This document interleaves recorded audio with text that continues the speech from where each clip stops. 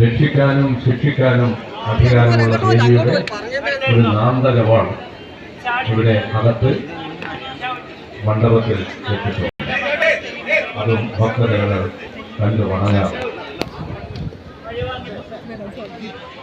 പല ഉത്സവങ്ങളാണ് ഈ കളരിവാതിൽക്കൽ ക്ഷേത്രത്തിൽ നടക്കുന്നത്. ഇന്ന് ഈ പെരിയകളിയാട്ടത്തിന് പുറമെ അതിനു മുമ്പായി പൂരോത്സവം നടന്നിരുന്നു. മീനമാസത്തിലെ പൂരോത്സവം, അതിന് എഴുന്നള്ളത്ത് ചിറക്കലും മുളവളത്തും ചിറക്കലെ ആറാട്ട് വയലിലും ഒക്കെ പോയിട്ടാണ് അവസാനിക്കുന്നത്. അങ്ങനെ നാട് മുഴുവൻ പ്രദക്ഷിണം വെക്കുന്ന ഒരു വമ്പിച്ച ഉത്സവമാണ് പൂരോത്സവം.